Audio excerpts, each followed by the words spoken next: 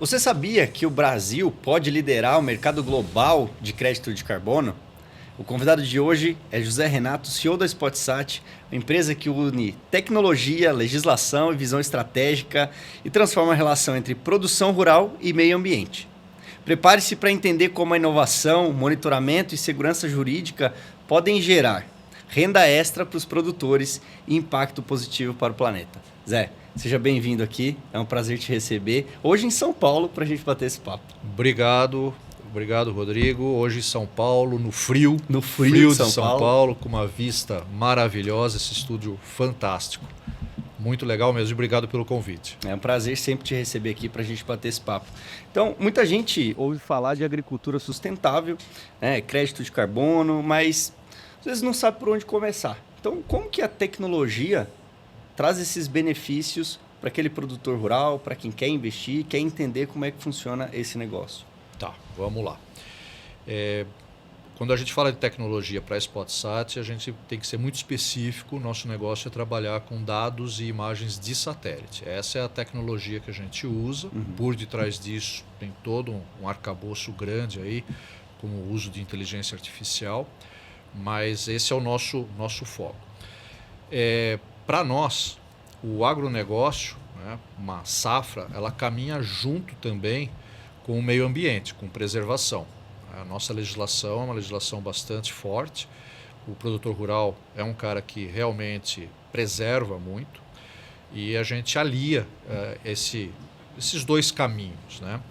Falando especificamente de agricultura, nós, por imagem de satélite, para nós é possível acompanhar todo o desenvolvimento de uma safra. Então, desde antes do plantio, todo o período de desenvolvimento da planta, com vários índices, o acompanhamento praticamente diário, com imagens, até o momento que colheu, você tem o solo exposto. Então, isso traz uma segurança para o produtor rural, ele consegue corrigir a safra dele, traz segurança para o agente que estiver financiando ou correndo algum risco da safra, por exemplo, uma seguradora.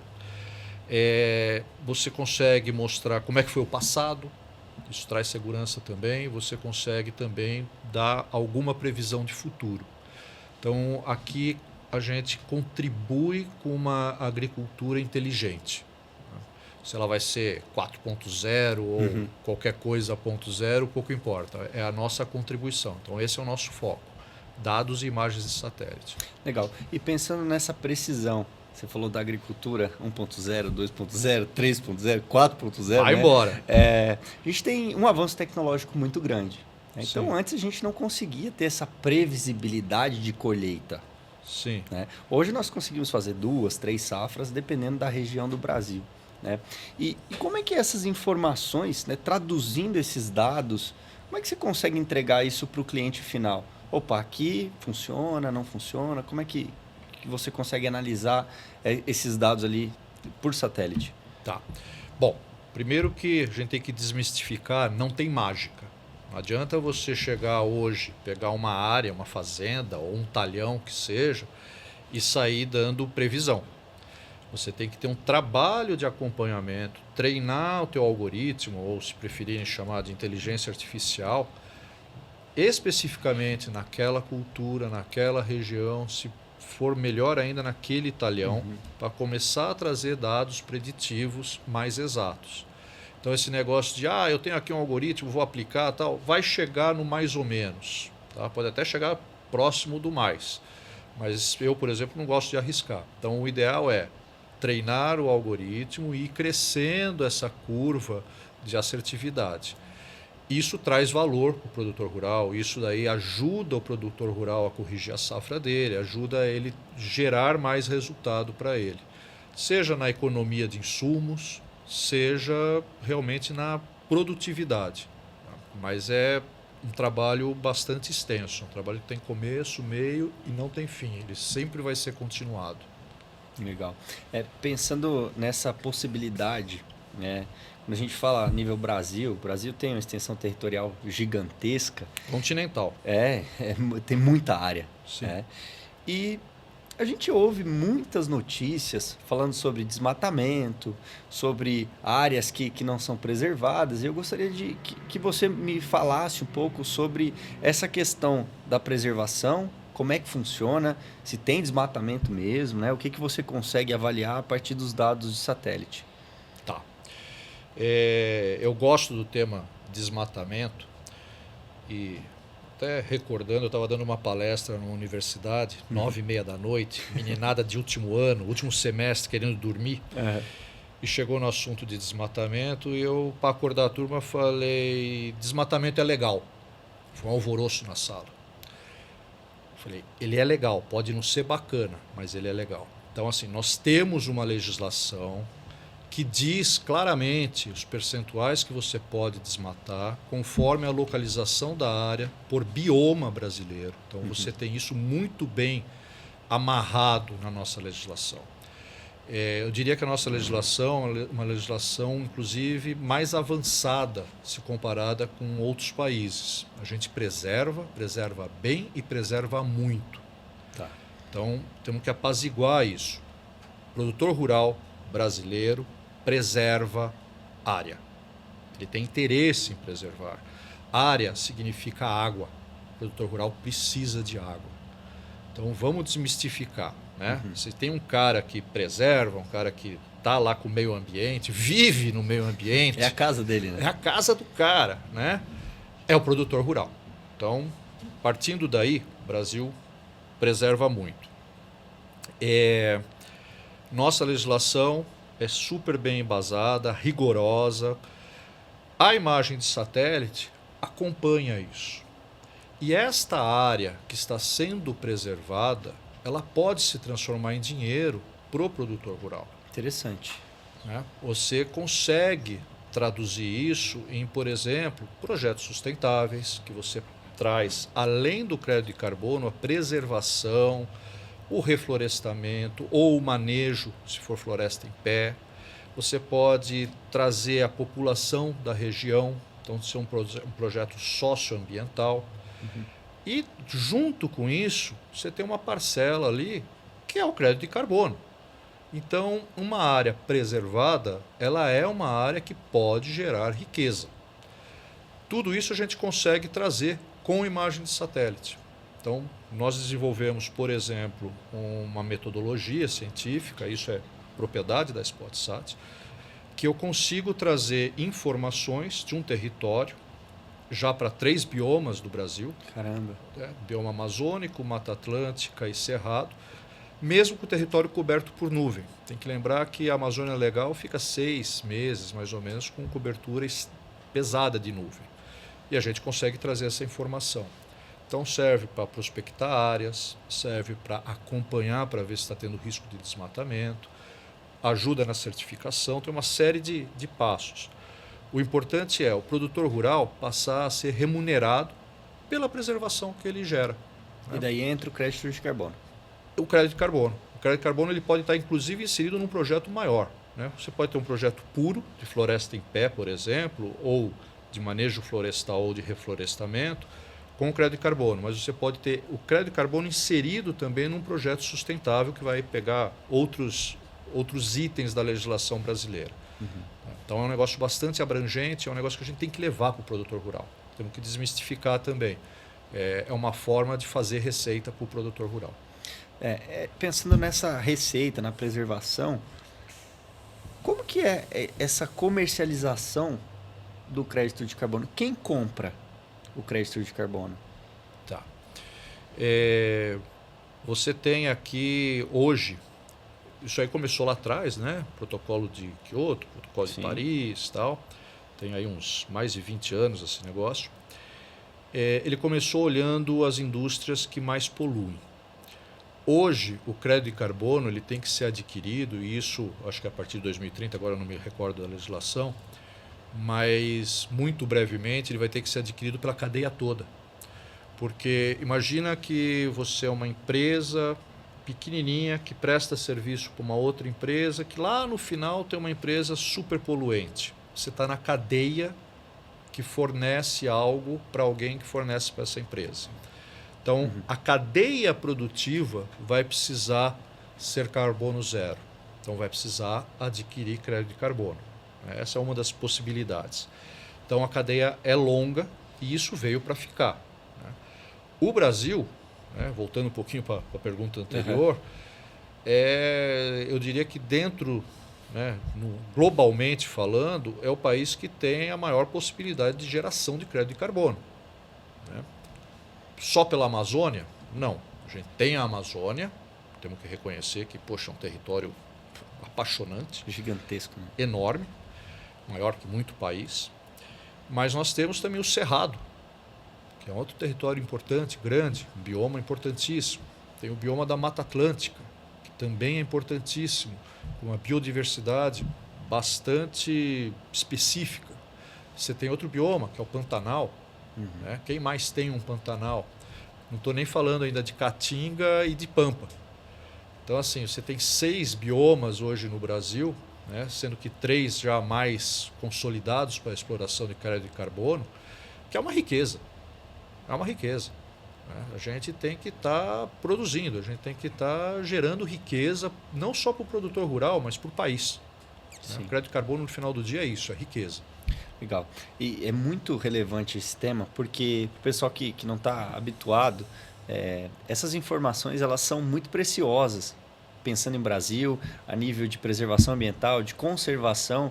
Então, trazer esse ponto de vista, trazer esses números, esses dados embasados, né, Zé? É legal a gente ter todos esses números para trazer, para mostrar para as pessoas que tem um cuidado muito grande sendo realizado no nosso país. E pensando ainda em sustentabilidade, em conservação, nós teremos a COP30 em Belém. Estamos gravando hoje, não sei se vai mudar a sede. Hoje é dia 14 de agosto de 2025. Então, alguns burburinhos de que será que vai acontecer em Belém mesmo ou vai mudar a sede? Então, pensando nesses temas, o que você imagina que vai ser conversado nessa conferência? Tá. Bom, se vai mudar a sede, se não vai, burburinho, eu já escutei de tudo, e tanto faz. Ela tem eu vejo 2 viés aí importantes. Um é o que vai ser trazido de fora do Brasil, que é uma sequência de COPs, né? Então, clima é o ponto, acho que principal aqui. E se tratando de Brasil, e se tratando também de meio ambiente aliado a agronegócio, que é o nosso DNA aqui no Brasil, eu trataria de 2 assuntos que andam juntos, que é o crédito de carbono, a preservação da floresta, ou também o crédito de carbono em cima da produção agropecuária. Você pode ter crédito de carbono da pastagem, você pode ter crédito de carbono da soja, do milho, por aí vai, aliado à água. Nós temos uma riqueza aqui no Brasil, que é a água. A água é finita. Eu me preocupo muito mais com a água do que com o clima. Só que a água é algo que o brasileiro tem. Muitos dos países que estão preocupados com o clima, e geralmente são os países que não têm floresta, não falam da água. Então, eu tentaria, se eu estivesse participando das palestras, tal, eu tentaria trazer esse tema, trazer realmente a visão do Brasil. Eu, sinceramente, eu desejo muito sucesso para a COP30 aqui no Brasil. É um negócio que, para nós, precisamos trazer os holofotes para cima do Brasil, e acho que o principal holofote aí realmente teria que ser em cima do crédito de carbono.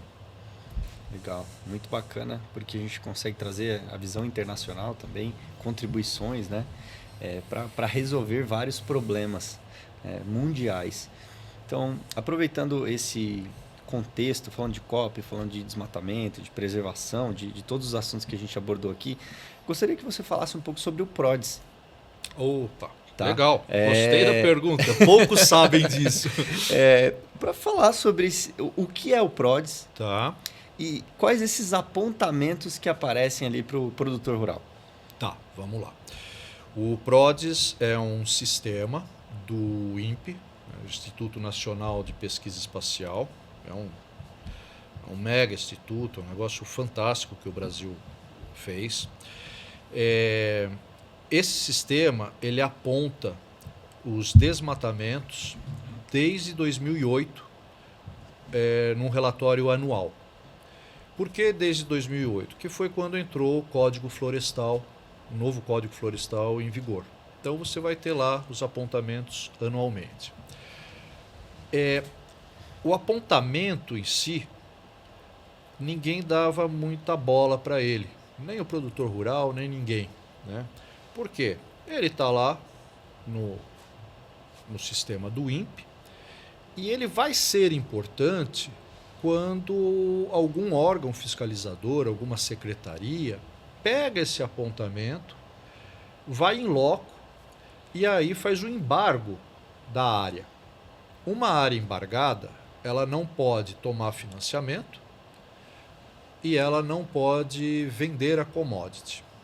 Ela não consegue fazer nada. Não consegue fazer nada. Travou o produtor rural, travou a indústria do cara. Pode ser soja, milho, pode ser produção pecuária. O que for. Uhum. Bom, embargou. Temos um problema. O que acontece? O sistema em si, ele chama de desmatamento, né, o algoritmo, ele chama de desmatamento alguma alteração na superfície detectada pela imagem de satélite. Então, eu vou dar 2 exemplos. Imagina que a área foi desmatada em 2007, 2005, pouco importa. Na véspera da legislação entrar em vigor, já teve até um caso muito semelhante. E o produtor rural deixou uma leira de lenha, várias leiras no pasto. Então está aquela lenha lá parada. 2008, 2009, aí aparece um apontamento. Então, como é que apareceu esse apontamento? Sei lá, em 2011. O produtor rural tirou a lenha de lá. Ou ele tacou fogo, ou ele retirou a lenha, pouco Usou importa. para fazer outros. Mudou a superfície. Sim. O sistema identifica aquilo ali como um desmatamento. Uma falha. Mudou o solo, desmatamento. Tá. Outra possibilidade é um pasto, isso é muito normal lá na região norte, um pasto em pousio, né? Então o sujeito tira o gado, o produtor rural retira o gado, deixa o pasto descansando, cresce um arbusto chamado juquira. O sistema começa a identificar que tem mata ali, tem um verde. Aí passou, sei lá, 2 anos. Mata nativa, é isso? Tá. Passou 2 anos, foi lá e retirou a juquira. Desmatou. Quando na verdade não desmatou. Então, são falhas, erros, né? Na verdade o sistema está identificando assim, mudou a superfície. E ele chama de desmatamento. Então, isso acontece, e isso a gente chama de falso positivo. O que nós vemos aqui? O PRODES sofreu agora uma mudança, não no sistema, mas na legislação. Iniciou uma discussão no Congresso, no início desse ano, para tornar o PRODES algo como elegível para sanções em cima do produtor rural. Então, se tiver lá um apontamento no PRODES, poxa, parou, esse cara não pode tomar financiamento público, não pode tomar nenhuma linha de repasse. Isso estava realmente em discussão no Congresso e em abril o Banco Central entrou com uma resolução e essa resolução determina que, olha, a partir de dia 2 de janeiro, quem tiver apontamento no PRODES de 2019 para cá, não vai poder tomar recurso público. Isso foi pouco divulgado. Então, você vem falando, a gente vem conversando com instituições diversas em vários estados, tal, ninguém está sabendo. O produtor rural não está sabendo. E isso vai cortar a linha de crédito, que o produtor rural precisa, ele trabalha alavancado. Naturalmente, a operação dele é alavancada. Desse aporte financeiro. Nós temos uma plataforma, essa plataforma foi desenvolvida para auditoria já desde 2020, a gente fazendo auditoria para os frigoríficos, junto com a Grant Thornton, para o Ministério Público Federal, e a gente disponibilizou essa plataforma. Então, o produtor rural consegue verificar quantos apontamentos ele tem por ano, desde 2008. E desde ontem eu trago também um mapa com os apontamentos. A gente deu um upgrade na plataforma, você é o primeiro a ficar sabendo. Opa, exclusividade aqui, viu, gente? Total, nem minha esposa está sabendo. Caramba, você viu? É um privilégio, né, do Veterinário 360. Que legal. Então a gente está trazendo essa informação. O produtor rural, com ela, consegue também pegar um laudo nosso. O INPE sempre aceitou nosso laudo, não tivemos nenhum laudo recusado desde 2020. Encaminhar para o INPE e ter aí a baixa do PRODES dele no caso do falso positivo. Ok. Então eu trago as imagens, comparativos e tal. Confronta e entrega para o INPE. Se teve realmente um desmatamento, ele vai pagar. Vamos resolver. Então eu dou as imagens e o produtor rural vai fazer um termo de ajuste de conduta, vai ficar dentro da lei e segue o jogo. Ele vai estar com a área dele produtiva. Que o grande objetivo nosso é ajudar o produtor rural a produzir. Estando ele certo ou errado, eu estou levando uma solução para ele. Então, esse é o grande objetivo dessa plataforma nossa. Resolver a vida do produtor rural brasileiro. Quão grande é esse problema? 5.405.000 propriedades apontadas. Que? Apontamentos no PRODES. 5 milhões? 5.400.000 propriedades apontadas no Brasil inteiro. É muita coisa. E aqui, falando com secretarias, com instituições públicas, entra uma informação que eu acho que vale a pena a gente deixar registrado. Não adianta o CAR estar correto. O cadastro ambiental rural. Cadastro ambiental rural. Eu peguei um produtor rural a semana passada, um cara do Pará, fantástico, tudo certinho. A fazenda dele é um negócio maravilhoso, a produção dele. Ele falou, Zé, não tem nada. E eu devolvi para ele. Ele falou, você tem 6 apontamentos. Por quê? O CAR está ok. Ele está todo regular. Qualquer mudança no solo, o sistema entende que é desmatamento. Então, com certeza, tem falso positivo ali. Com certeza, agora ele vai precisar recorrer ao INPE, mesmo não tendo desmatado. Ou, muito produtor rural teve autorização para desmatar. Foi lá e desmatou. Está autorizado pelo órgão competente do Estado. Beleza. O sistema não sabe disso. O sistema aponta o desmatamento. Então não tem uma comunicação. Né? Não tem comunicação. Então tem que recorrer ao INPE, tem que dar baixa lá no INPE. Então, falando com uma secretaria de um Estado, o cara falou, não, mas eu tenho um sistema, eu olhei o sistema, fantástico o sistema do Estado. Só que ele não fala com o INPE. Então não adianta, não vai ter financiamento, cara. Né? Então, é profundo isso e a falta de informação na ponta está atrapalhando. Porque você tem que ter um laudo que encaminha para o INPE e resolve quando é falso positivo. Quando desmatou, cara, termo de ajuste de conduta, tem que resolver também. É simples assim. Mas as pessoas precisam saber do problema e do tamanho do problema.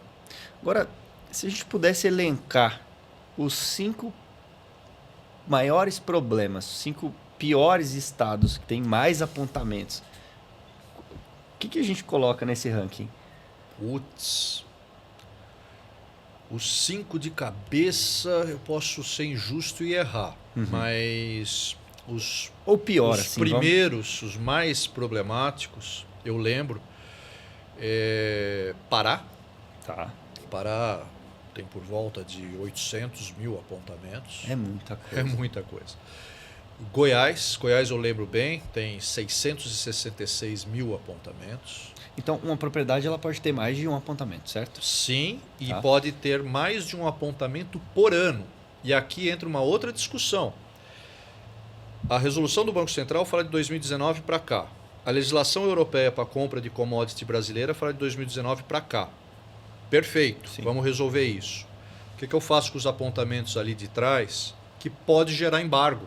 Gerou embargo, também não vai poder vender. Entendi. Então, no final do dia, a gente está trazendo luz com um problema de 19 para cá, mas a gente tem que resolver a trajetória toda, tem que resolver desde 2008, aonde tiver. O PRODES é o seguinte, é uma grande imagem, dentro você vai ter vários cadastros ambientais rurais, com diversos apontamentos e dentro desses apontamentos diversos anos. Então eu pego ali uma propriedade E eu consigo mostrar, olha, 2008 tem tantos apontamentos, 2009 não tem, e assim por diante. E a gente pega coisas assim, teve uma área de Goiás que eu verifiquei recentemente, eu lembro de cabeça, tinha 116 apontamentos. Caramba. Né? Pegamos uma área ontem, que eu até acho que deve ser pública, de 1 milhão de hectares, um absurdo o número de apontamentos. Isso tudo tem automático. Isso aí eu coloco o cadastro ambiental, o número do cadastro ambiental rural na plataforma e me dá automaticamente. É coisa de 2 segundos mais ou menos o processamento. Muito rápido. A gente conseguiu realmente criar aí uma Fórmula 1 no negócio. Legal. Bem diferente mesmo. E pensando nesses apontamentos, né, nesse confronto de informações, o produtor ele foi autuado ou tem o apontamento ali vigente, ele entra no sistema, cadastra, faz essa contraprova e a partir daí, o que acontece? Qual que é o próximo passo? A gente tem todo o background jurídico, a gente tem um mega escritório junto conosco e podemos ter outros escritórios também, isso é aberto, né? A gente não tem exclusividade, que faz essa trajetória para ele. Tem que lembrar que o produtor rural, ele não está aqui na Faria Lima. Não. Né? Ele está lá no meio do campo, com dificuldade de conectividade. A logística horrível. Enfim. O Brasil tem muitos perfis, né? Você pode colocar 6 países, são 6 biomas, vamos colocar 6 países dentro de um território. Enfim, a gente tem que facilitar a vida dele. Então a gente consegue contar a história, trazer a solução e realizar a solução junto aí sim com parceiros, que são um escritório grande aí de advocacia, que tem condições de fazer isso, encaminhar para o INPE ou fazer o termo de ajuste de conduta. Isso aqui traz uma outra inovação nossa, que eu acho que é bacana, que o foco é ajudar o produtor rural. Sim. Quando eu recebo o CAR dele, né, o Cadastro Ambiental Rural, eu tenho a área dele. E ali eu vou mostrar o PRODES, vou mostrar quanto que ele tem de hectares, quanto que ele tem de reserva.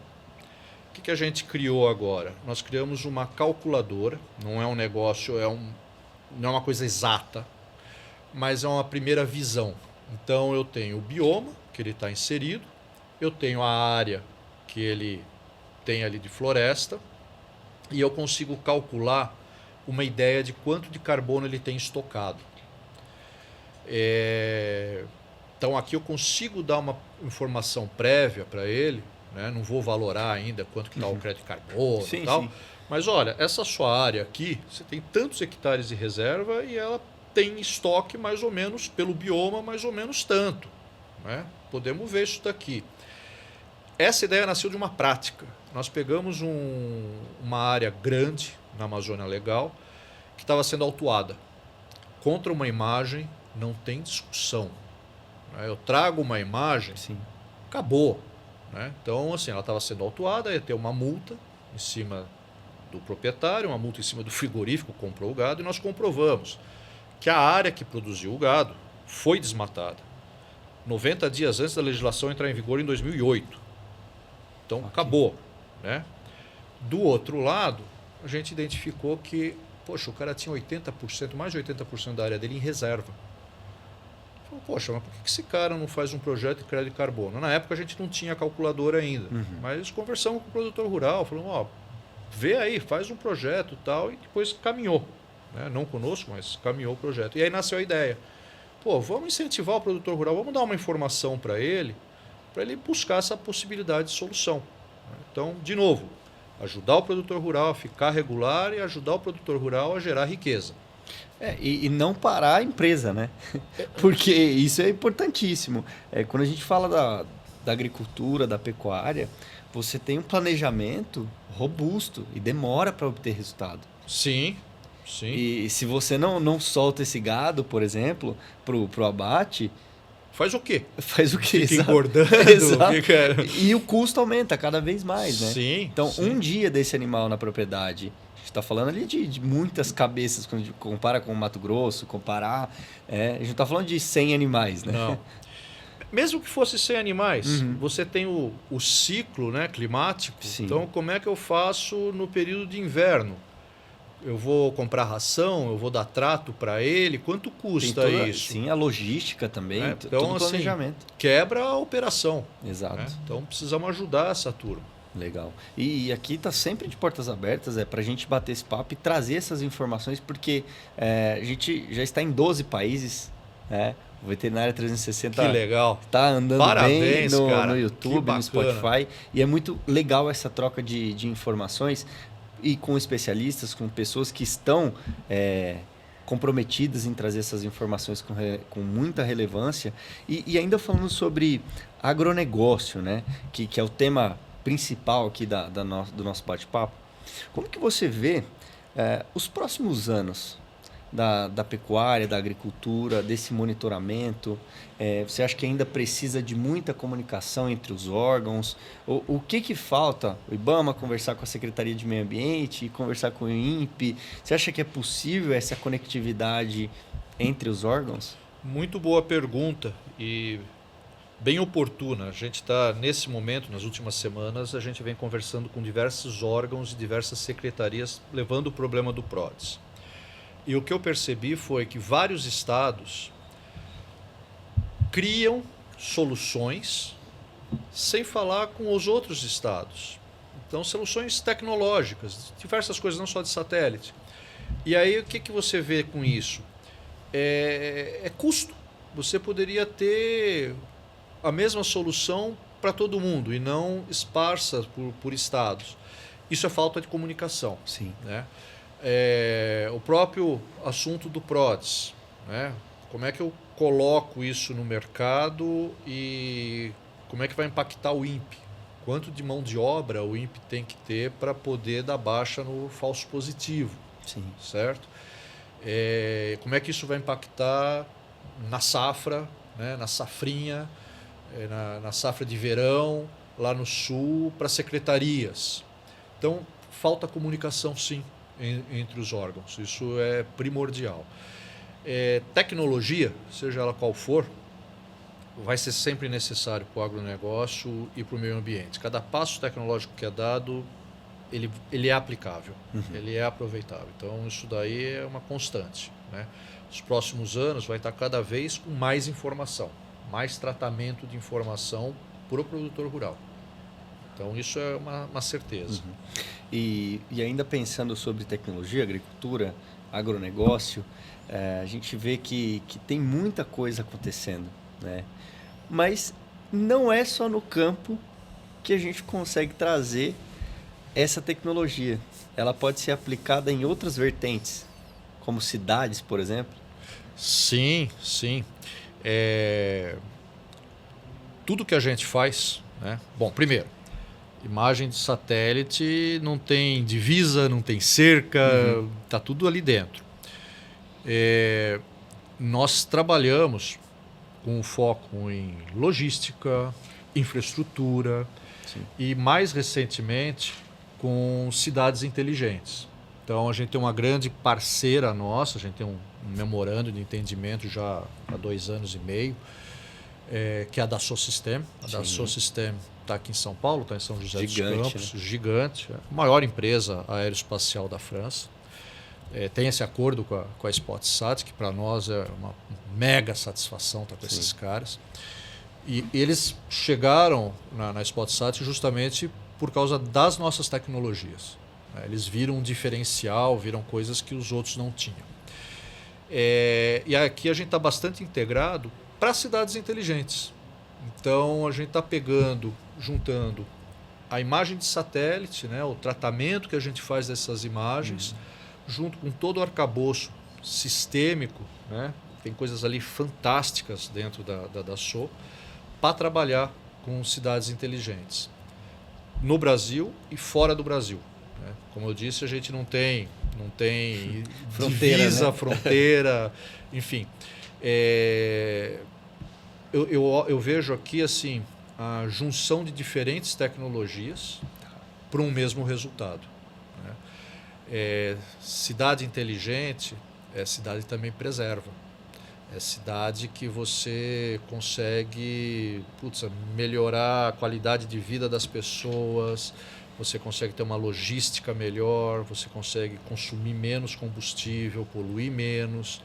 Então aqui você tem uma visão que eu acho que para o futuro isso veio para ficar.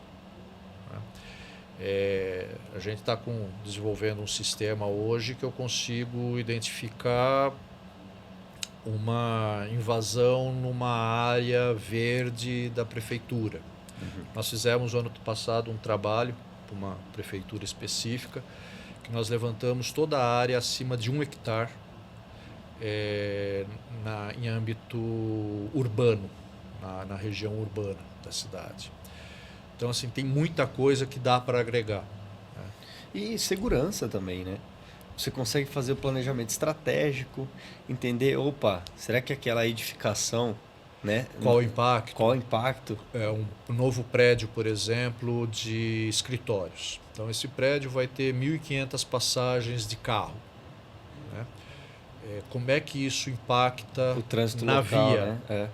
Mas o pessoal está usando o carro de aplicativo. Não interessa, o carro não vai estar na garagem, ele vai passar ali. Exato. Essa foi uma pergunta que eu recebi, né? Quando eu mostrei o impacto. O fluxo ele vai ser o mesmo. O fluxo né? vai existir, a pessoa vai estar indo ali.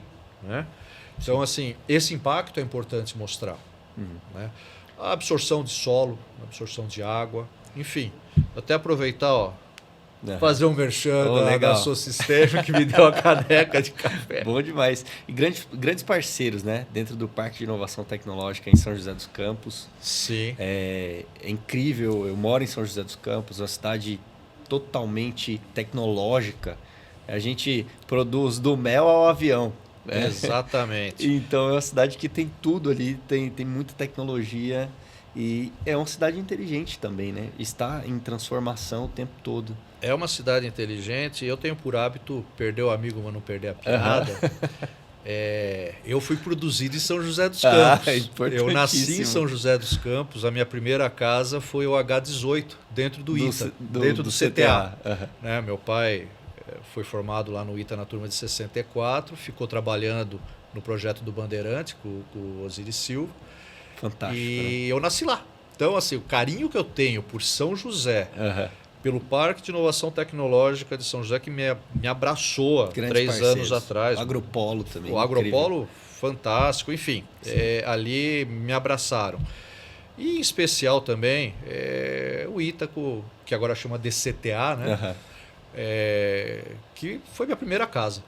Zé, eu me recordo, na primeira entrevista que nós fizemos juntos, faz um ano mais ou menos, a gente conversou sobre um satélite que está em desenvolvimento. Sim. É um CubeSat, que tem o nome do teu pai no satélite, sim, né? Sim, chama... Odail Star One. Spot. Odail Spot One. Spot One. Foi quase. Você Quase, viu que a minha memória quase. é boa, viu? É boa, tá boa. Eu não tô usando o TP aqui não, mas eu lembrei, cara.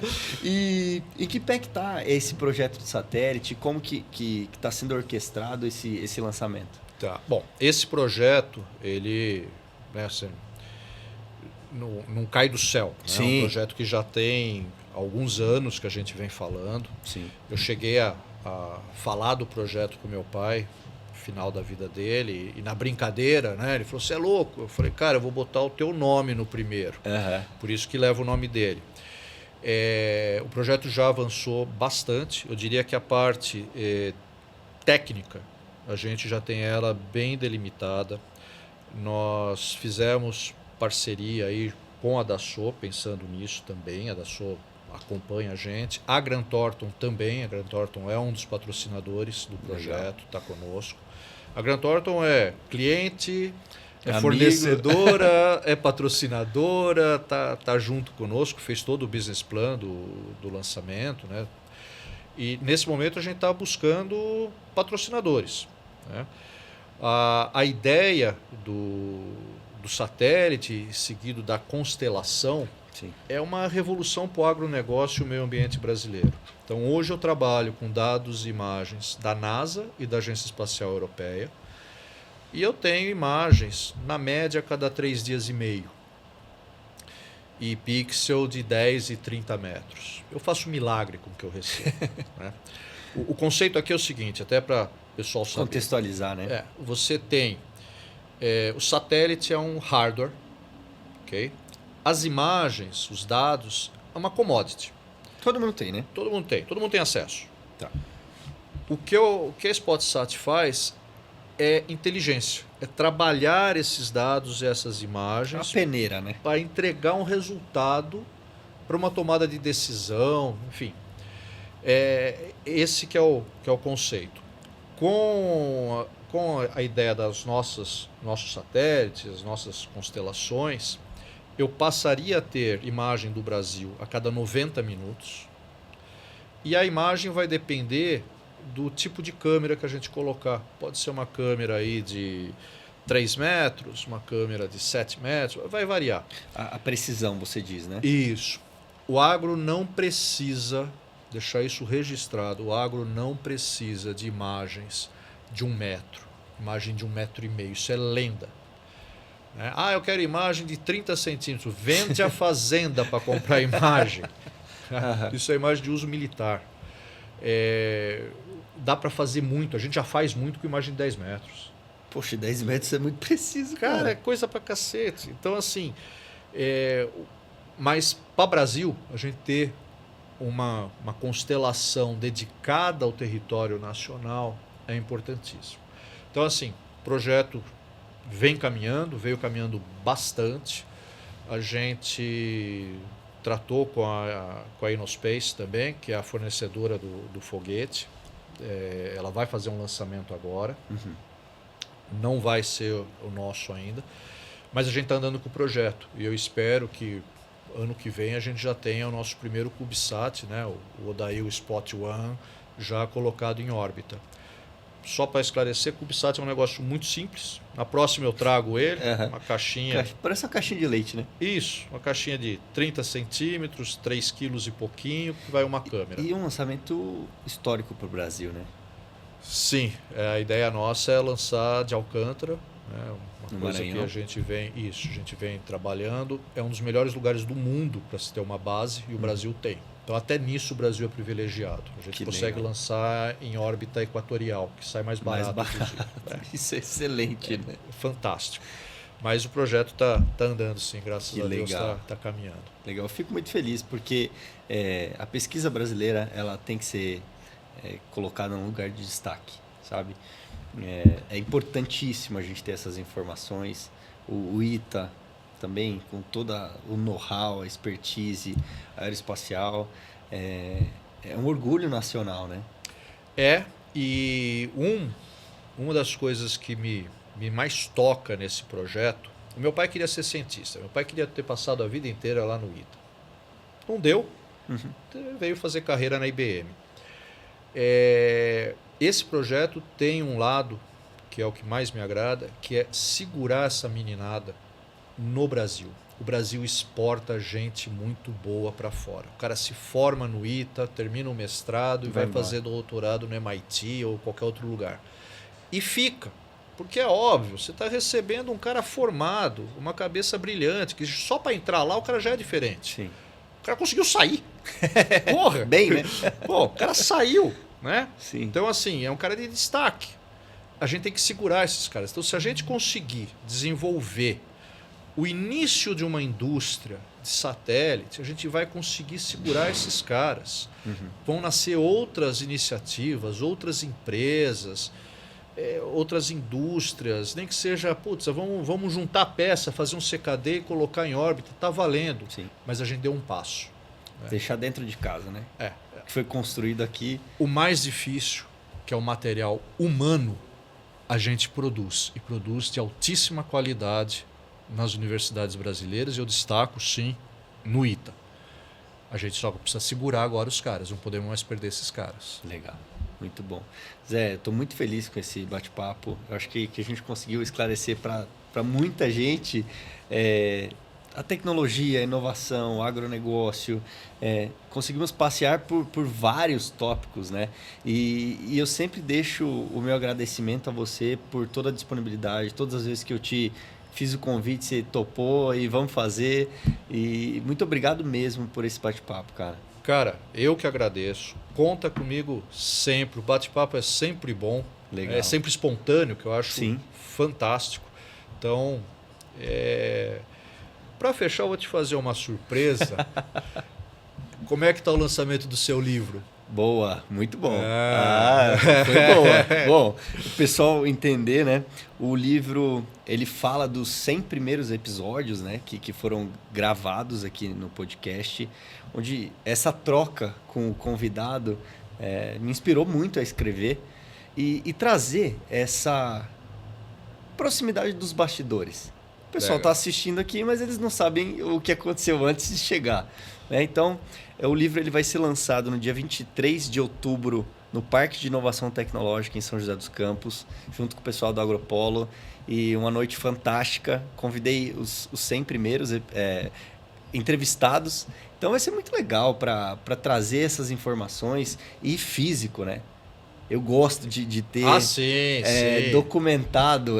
O digital é legal, é bacana, mas você pegar o livro e ler, e ter esse prazer de ler. O cheiro do livro. O cheiro. É diferente. Então, é diferente. Já está em andamento a formatação do livro, toda a parte de capa, de estrutura. Então, 23 de outubro, será lançado o livro do Veterinário 360, A Voz de Quem Faz. Legal. Então, estão todos convidados para a gente comemorar essa noite muito agradável em São José dos Campos. Isso foi uma revanche minha de espontaneidade, né? Susto, porque o cara né? fica me apertando com um monte de pergunta que ele não me conta como é que vai ser, então eu peguei ele no Muito susto demais, agora. muito demais. Eu fico muito feliz, que a gente se encontre num próximo episódio para bater um papo, trazer essas informações e conte sempre comigo. Legal, Rodrigão. Bom, obrigado, cara. Obrigado. Bom Valeu. demais. Valeu? Conta comigo. Bom, esse episódio foi gravado no Pico Estúdio, aqui em São Paulo, na Barra Funda. E você pode conferir esse episódio. Venha, traga sua equipe para gravar aqui com o pessoal. Uma equipe muito bacana. Foi bom ou não foi, Zé? Bom demais. Muito Então tá legal, bom. um baita espaço, equipe nota 1000. Bom demais. Bom, então venha, traga sua equipe, faça o seu projeto aqui dentro, toda a parte de fotografia, de vídeo, de audiovisual, uma equipe muito bacana para te atender e produzir o seu conteúdo com o melhor nível de performance possível. Um grande abraço.